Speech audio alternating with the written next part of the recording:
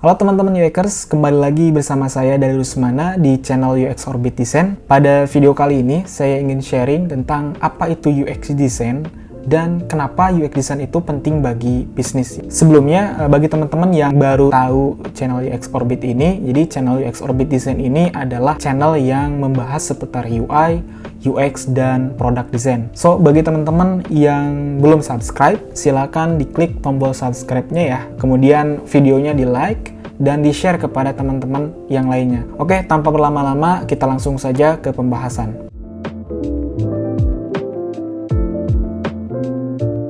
Dari awal tahun 1970-an teman-teman sampai dengan tahun 1980, desain UX itu dikenal sebagai Human Computer Interaction atau HCI ya.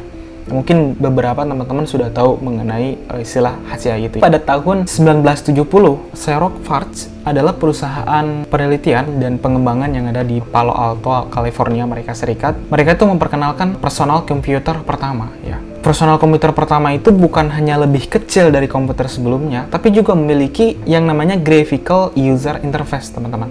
Sehingga bukan hanya barisan kode yang kita lihat gitu, tapi kita bisa melihat icon Windows yang digerakkan oleh mouse. Itu adalah sebuah inovasi dan revolusi yang sangat besar, teman-teman. Sehingga perusahaan seperti Apple, Microsoft itu membuat personal komputer mereka yang terinspirasi atau bahkan meminjam inovasi tersebut untuk mengembangkan perusahaan mereka.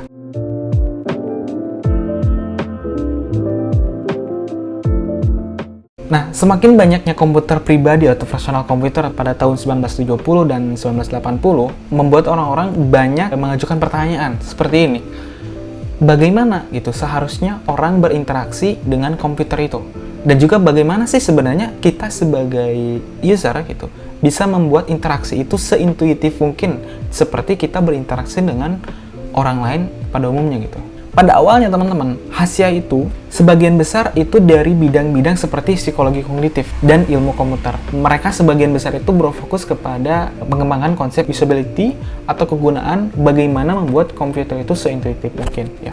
Berdesain komputer intuitif itu memerlukan pemahaman yang lebih besar ya tentang bidang lain seperti motion graphics ya, storytelling dan linguistik gitu ya. Hari ini teman-teman, kita itu dihadapkan atau berurusan dengan rangkaian produk atau macam-macam produk dan layanan yang betul-betul sama sekali itu tuh baru, seperti smartphone, augmented reality, IoT, artificial intelligence, dan lain-lainnya. Namun pertanyaan yang diajukan sebagai UX designer adalah persis sama teman-teman. Bagaimana kita bisa membuat pengalaman berinteraksi dengan komputer atau dengan smartphone atau dengan sebuah produk-produk dengan layanan yang menjadikan pengalaman itu menjadi intuitif gitu ya, smooth dan tentunya menyenangkan untuk kita gunakan.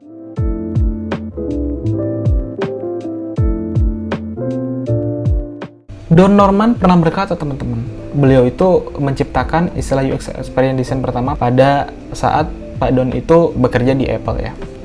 Nah, Pak Don ini pernah berkata bahwa design is everyday, bahkan punya bukunya namanya Design is Everyday Things ya. Yang beliau maksud adalah bahwa UX design itu bukan hanya memikirkan atau memperdulikan kapan produk itu digunakan gitu ya, tetapi juga sebelum produk itu dibeli dan setelah digunakan. UX itu meliputi banyak hal teman-teman ya. Kalau kita ambil contoh misalnya smartphone kita lah gitu ya. Sebagai UX designer, kita tuh bukan hanya peduli tentang membuat softwarenya gitu, membuat websitenya atau membuat aplikasi yang cantik yang mudah digunakan gitu. Tapi kita juga peduli dan memperhatikan bagaimana membuat desain campaign marketing yang tepat. Kemudian juga membuat kemasannya, membuat pengalaman unboxingnya seperti produk-produk Apple yang kita tahu ya. Ketika kita unboxing dan sebagainya itu dipikirin gitu ya sama kita sebagai web design sampai membuat pemecahan masalah itu menjadi mudah dan sepossible mungkin lah istilahnya begitu. Tentu saja selain itu juga kita harus sudah memastikan bahwa produk atau layanan yang kita tawarkan itu betul-betul memenuhi kebutuhan pengguna sejak dari awal. Kalau tidak begitu, ibaratnya kita hanya mendesain untuk orang-orang yang betul-betul tidak peduli gitu ya sama produk kita, seberapa mulus pun, seberapa intuitif pun produk kita, kalau misalnya tidak memenuhi pengalaman pengguna ya itu akan sia-sia begitu teman-teman.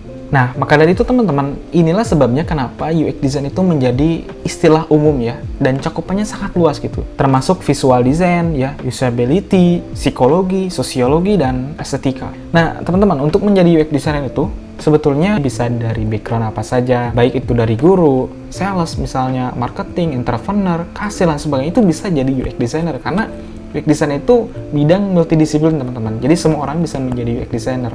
Yang harus teman-teman lakukan adalah teman-teman harus selalu belajar dan seterusnya karena UX design itu tidak lekang oleh waktu ya. Pasti dibutuhkan oleh setiap perusahaan seiring dengan perkembangan zaman dan teknologi ke depannya. Dan UX design itu selalu ada atau bertemu dengan kemungkinan yang lain, bertemu dengan masalah baru, dan bertemu dengan solusi-solusi baru juga.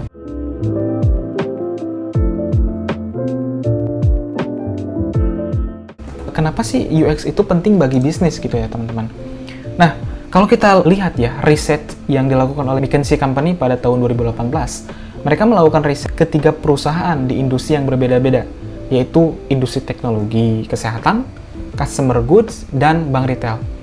Nah, mereka itu menemukan bahwa terlepas dari industrinya, bisnis yang berfokus kepada kegunaan atau usability dan desain itu berkinerja lebih baik dari kompetitornya, teman-teman. Jadi pada dasarnya adalah ketika banyak orang yang menyukai produk kita, banyak orang yang menggunakan produk kita dengan nyaman, mereka akan lebih terdorong untuk menyarankan kepada teman-teman yang lainnya gitu ya. Ibaratnya ketika produk yang banyak menggunakan, berarti akan menandakan bahwa pertumbuhan positif bagi bisnis juga ya, dan perusahaan bisa bertumbuh dan berkembang. Ditambah ketika produk yang dibangun oleh perusahaan itu memiliki pengalaman pengguna yang baik gitu ya, mereka akan lebih banyak memilih sehingga perusahaan bisa istilahnya bisnisnya untung, begitupun pengguna beruntung ya, kira-kira begitu. Saya kasih contoh, pernahkah teman-teman memikirkan suatu produk yang teman-teman sukai? Misalnya kamu punya produk itu kamu sukai sehingga kamu itu bagikan kepada teman-teman kamu. Jika pernah, nah itulah contoh produk yang memiliki user experience yang bagus atau UX yang bagus. Terlepas dari semua ini, banyak perusahaan yang belum mengerti teman-teman tentang betapa pentingnya peran UX designer yang bisa mengembangkan dan meningkatkan bisnisnya. Peran kita nih sebagai UX designer yang juga teman-teman yang baru terjun di sini, ayo sama-sama belajar dan tingkatkan terus pengetahuannya untuk bisa mengembangkan produk dan meningkatkan revenue sehingga perusahaan yang tempat kita bekerja itu taking profit sebanyak mungkin.